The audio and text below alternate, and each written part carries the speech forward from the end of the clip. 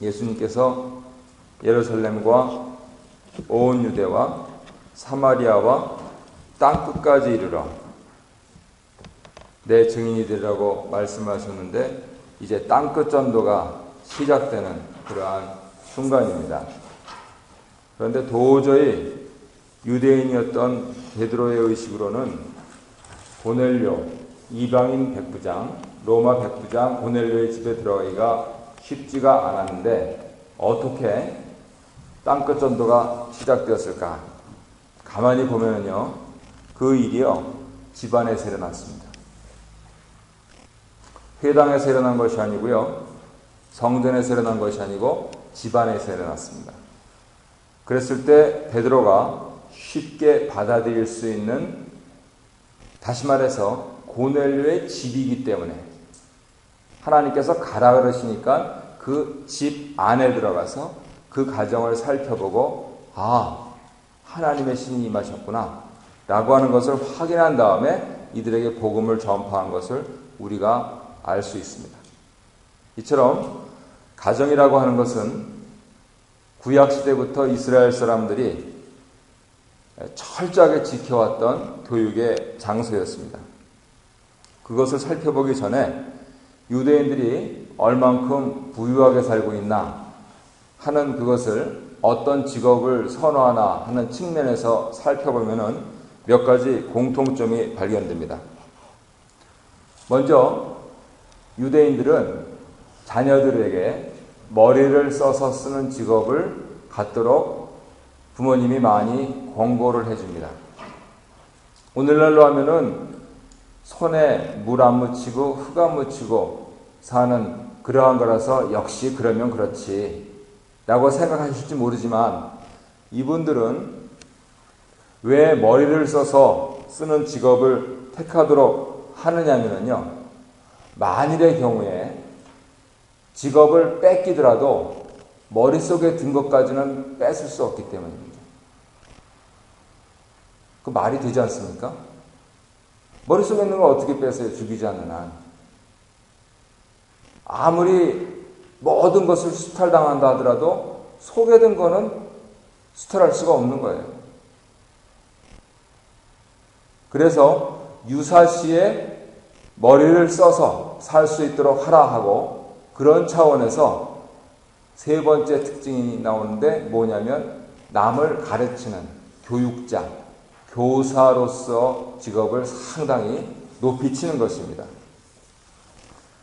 박정희 대통령이 굉장히 좋은 일들을 많이 하셨음에 틀림이 없습니다. 그런데 정확히 구분을 하기는 힘든데, 어느 때부턴가 우리나라에서 사범대보다 법대가 더 좋아지게 된 때가 있습니다. 전에는요, 제일 좋은 직업이 선생님이었습니다.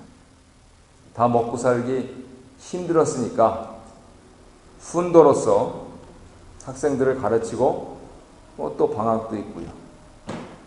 그래서 사범대의 경쟁률이 가장 높았는데, 모든 사람들이 다 머리 흰띠 메고 고시공부하던 시작한 그러한 때가 갑자기 생겨버린 것입니다. 사실은 법대보다도 교사 직업 외에 선호하던 직업은 은행원이었습니다. 직업이 그렇게 많이 이렇게 나눠져 있지 않기 때문에 그만큼 안정된 것이라고 생각할 수 있을지 모르지만, 우리에게도 그러한 좋은 전통이 있었습니다. 그런데 우리는 그것을 다 버리고 오로지 법대, 오로지 법관. 근데 사실은 법대 간다 그래서 법관 되는 거 아닙니다. 착각을 많이 하고 있는데, 그 참 어려운 경쟁을 뚫고 고시 붙어서 사법연수원에 들어가서 또 성적순으로 자르지 않습니까? 그러면 대한민국에서 아주 그냥 그 유수의 인재들이 사법연수원에서 쓴 맛을 보는 거예요. 나는 법관이 되고 싶은데 저 녀석은 밤낮 놀면서 법관이 되고 나는 엉뚱한 거 한다.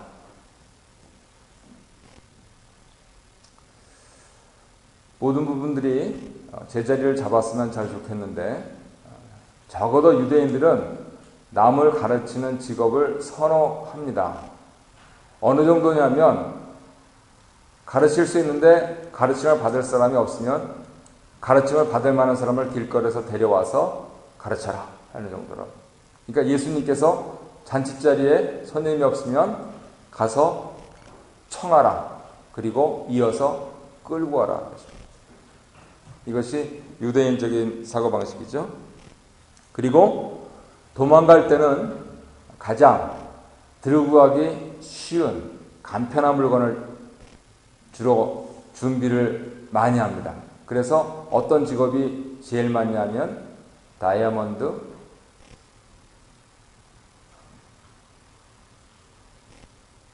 가공하고 판매하고 거기서 엄청난 마진을 챙기는 일들. 그래서 뉴욕의 다이아몬드 업계에는 안에 회당이 있다 그래요. 그 많은 다양한 세계의 종교들이 다 모이는 곳에 워낙 절대 다수가 유대인이기 때문에 그러한 일들이 있다 그럽니다. 그리고 끝으로 다섯 번째는 사회에 영향력이 있는 지위를 누리는 그러한 일들. 미국을 기준으로 보면은 2% 인구 분포던데요. 의회 진출률이라든가 명문대 진학률이라든가 우리가 좋아하는 법대, 의대 진학률에 있어서는 거의 20, 30배 이상 상회를 합니다. 그러니까 100명 중에 2명 있는 사람들이 적어도 25% 이상씩을 다 점유를 하고 있는 거예요. 그러니까 한번 이분들이 어떻게 사나 하는 부분들을 점검할 필요가 있는 것입니다. 오늘 나눠드린 유인물 제목이 유대인의 가정교육인데 이렇게 비유할 수가 있겠습니다. 노아가 언제 방주를 지었습니까? 홍수가 나기 전에 지었지요. 그죠? 비가 내리기 시작할 때 지면은 이미 늦습니다. 비가 오기 전에 홍수가 나기 전에 짓는 것인데 유대인들에게는 바로 삶을 살아가면서 이처럼 방주를 예비하는 일이 교육 장소로서의 가정을 철저히 인식하고 그것을 그냥 살아버리는 데 있는 것입니다. 가정이 성전이라고 하는데요. 왜 그러는가? 먼저 질문 1번부터 보겠습니다. 소위 말하는 전인교육을 위해서는 가정과 학교, 사회가 모두 다 제 기능을 발휘해야 되는데 유대인의 경우에는 가정교육이 중심을 두고 있습니다. 가정교육을 위해서는요, 기초가 필요한데 그 기초는 올바른 창조의 원리입니다. 그렇다면 유대인들이 생각하는 가정의 창조 원리는 무엇인가? 바로 가정 이퀄 성전이라고 하는 것입니다. 가정을 성전이라고 한다면 그렇게 부를 수 있는 근거가 2개 있는데요. 첫 번째는 남녀가 만나서 가정을 꾸미면 반드시 하나님의 거룩하신 이름이 그 가정 속에 임재하시기 때문입니다. 두 번째로는 남녀가 만나서 결혼을 하면 하나님이 신이 그 가정에 임재하시기 때문입니다. 이 의식은 우리 기독교인에게도 그대로 있습니다. 우리가 예배당에 올 때 하나님의 이름을 찬양하기 위해서 옵니다. 그랬을 때 하나님의 신이 임하시는 거죠. 나 하나님 봤다. 그렇게 말하는 사람은 어불성설이죠. 보면 죽어요. 사람이 하나님 보면 죽어요. 그렇기 때문에 우리는 하나님의 이름을 듣습니다. 하나님을 만만하게 생각하는 그러한 세태 가운데서 이분들이 얼마나 철저하게 하나님을 의식하고 경외하는가 하는 부분들을 결혼 생활에서도 찾을 수가 있는 것입니다. 결혼을 키두심이라고 하는데요. 왜냐하면 하나님이 계신 성전은 청결하기 때문입니다. 그래서 부부가 가정을 파괴하지 않고 거룩하게 잘 지키기 위해서 필요한 두 가지는 첫 번째로 영혼과 몸, 이 측면에서 이혼해서는 안 되고요. 두 번째로 거룩한 성전을 여호와의 율례와 법도에 맞게 거룩하게 지켜야 하는 것이죠. 사흘이 멀다 하고 싸운다. 그러면 그 가정에 거룩함이 없습니다. 율례와 법도를 지키지 않는다. 뭐 더 이상 말할 필요가 없죠. 유대인들의 경우에는요, 가정이 성전이다 하는 예식을요, 페이지 넘기셔서 안식일 절기를 통해서 지킵니다. 최소한 일주일에 한 번씩 돌아오는 이 절기를 대단히 중요하게 지키는 거죠. 우리로 얘기하면 뭡니까? 주일이고요. 안식일 절기를 지킨다는 것은 우리식으로 얘기하면 뭡니까? 주일을 성수한다. 옛날에는 철저하게 주일을 성수하셨습니다. 그런데 요즘은 주일 성수 안 하지요. 유대인이 현재도 광야의 성막에서처럼 안식일 예식을 지내는 것은 바로 안식일 식탁입니다. 안식일 때 같이 온 가족이 모여서 밥 먹는 겁니다. 이 안식일 식탁을 성전으로 대신한 이유는 티토 장군이 성전을 헐어버렸기 때문에 제물을 드릴 성전이 없어졌기 때문이죠. 그랬을 때 시공간상의 유일한 성전은 예루살렘에 세워질 그 성전, 지금 없어요. 지금 황금돔이 서 있는 그 자리에 세워질 그 성전이에요. 유대인들은 그렇게 믿고 있어요. 그런데 성전 없이 어떻게 살란 말이에요. 그런데 하나님께서는 바로 가정을 우리의 성전으로 주셨다. 그래서 그 가정을 성전으로 지키는 사람들이 날마다 새벽에 모여서 기도하는 데가 회당인 겁니다.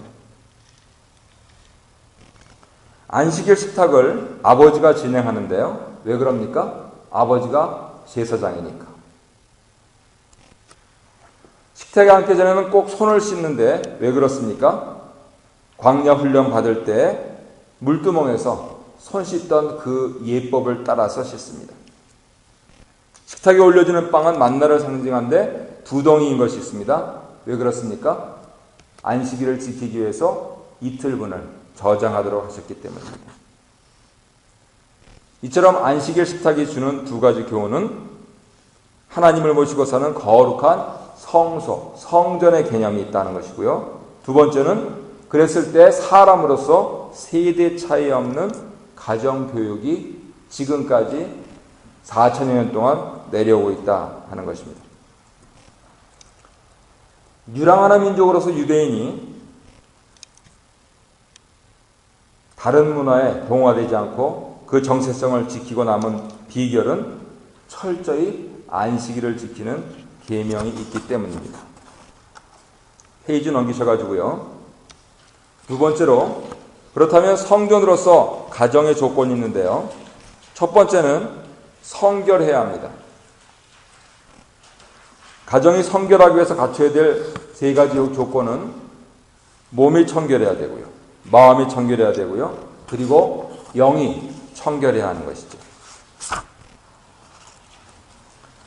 몸이 청결하다 하는 것은 글자 그대로 몸을 깨끗이 하고 옷을 빨고 주위 환경을 깨끗이 청소하는 것을 말합니다. 언제 집안 청소하십니까? 하루에 매일같이 청소하시는 분 혹시 계십니까? 매일 청소하시기가 참 힘들더라고요.